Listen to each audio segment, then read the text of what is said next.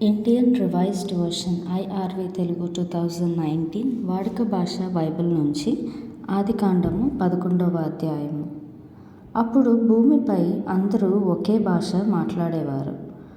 వాళ్ళు తూర్పుకు ప్రయాణం చేస్తున్నప్పుడు షీనారు ప్రాంతంలో వాళ్లకు ఒక మైదానం కనబడింది. వాళ్ళు అక్కడ స్థిరపడ్డారు. వాళ్ళు ఒకరితో ఒకరు, మనం ఇటుకలు తయారు చేసి చక్కగా కాల్చుదాం రండి అని మాట్లాడుకున్నారు. రాళ్లకు బదులు ఇటుకలు అతకడానికి తారు, కీలు వాళ్లకు అందుబాటులో ఉన్నాయి. వాళ్ళు మనం భూమి అంతటా చెదిరిపోకుండా ఉండేలా ఒక పట్టణాన్ని, ఆకాశాన్ని అంటే శిఖరం ఉన్న ఒక గోపురం కట్టుకొని పేరు సంపాదించుకుందాం రండి అని మాట్లాడుకున్నారు. యెహోవా ఆదాము సంతానం కట్టిన పట్టణాన్ని, గోపురాన్ని చూడడానికి దిగి వచ్చాడు. యెహోవా, ఇదిగో ఒకే భాష ఉన్న ఈ మనుషులు పనిచేయడం ప్రారంభించారు. ఇక ముందు వాళ్ళు చేయాలనుకున్న ఏ పనైనా వాళ్లకు అసాధ్యం కాదు. కాబట్టి మనం కిందకి వెళ్ళి వాళ్ళలో ఒకరి మాట ఒకరికి తెలియకుండా అక్కడ వాళ్ళ భాషను తారుమారు చేద్దాం రండి అనుకున్నాడు. ఆ విధంగా యెహోవా వారు అక్కడి నుంచి భూమి అంతటా చెదిరిపోయేలా చేశాడు. ఆ పట్టణం నిర్మాణం ఆగిపోయింది. అందువల్ల దానికి బాబేలు అనే పేరు పెట్టారు. ఎందుకంటే అక్కడ యెహోవా భూమి మీద ఉన్న ప్రజలందరి భాషను తారుమారు చేశాడు. అక్కడి నుంచి యెహోవా వాళ్ళను భూమి మీద అనేక ప్రదేశాలకు చెదరగొట్టాడు. షేము వంశావళి ఇది. షేముకు 100 సంవత్సరాల వయసులో జలప్రళయం తర్వాత 2 సంవత్సరాలకు అర్పక్షదు పుట్టాడు. షేముకు అర్పక్షదు పుట్టిన తర్వాత ఇంకా అతనికి కొడుకులు, కూతుళ్ళు పుట్టారు. అతడు 500 సంవత్సరాలు బ్రతికాడు. అర్పక్షదుకు 35 సంవత్సరాల వయసులో షేలాహు పుట్టాడు. అర్పక్షదుకు షేలాహు పుట్టిన తర్వాత ఇంకా అతనికి కొడుకులు, కూతుళ్ళు పుట్టారు.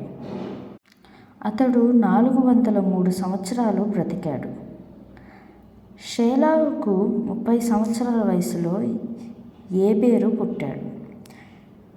షేలాహుకు ఏబేరు పుట్టిన తర్వాత ఇంకా అతనికి కొడుకులు, కూతుళ్ళు పుట్టారు.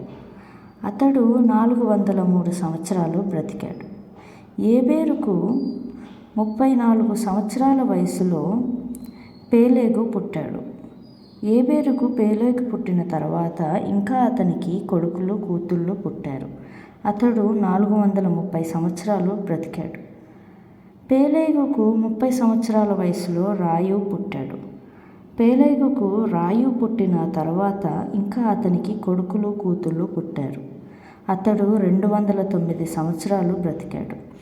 రాయుకు 32 సంవత్సరాల వయసులో సేరుగు పుట్టాడు. రాయుకు సేరుగు పుట్టిన తర్వాత ఇంకా అతనికి కొడుకులు, కూతుళ్ళు పుట్టారు. అతడు 207 సంవత్సరాలు బ్రతికాడు. సేరుగుకు 30 సంవత్సరాల వయసులో నాహోరు పుట్టాడు. సేరేగుకు నాహోరు పుట్టిన తర్వాత ఇంకా అతనికి కొడుకులు, కూతుళ్ళు పుట్టాడు.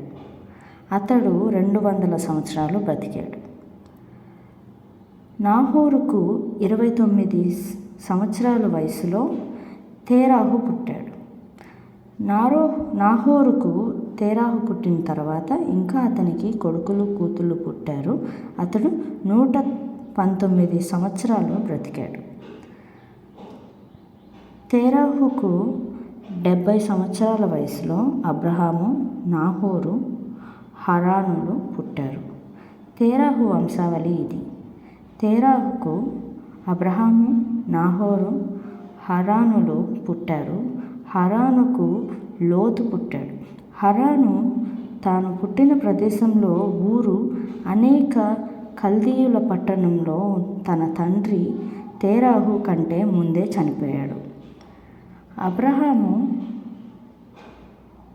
నాహోరు పెళ్ళిళ్ళు చేసుకున్నారు. అబ్రహాము భార్య సారాయి. నాహోరు భార్య పేరు మిల్కా. ఆమె మిల్కా ఇస్కాలకు తండ్రి అయిన హారాను కూతురు. సారాయి గొడ్రాలు, ఆమెకు పిల్లలు లేరు.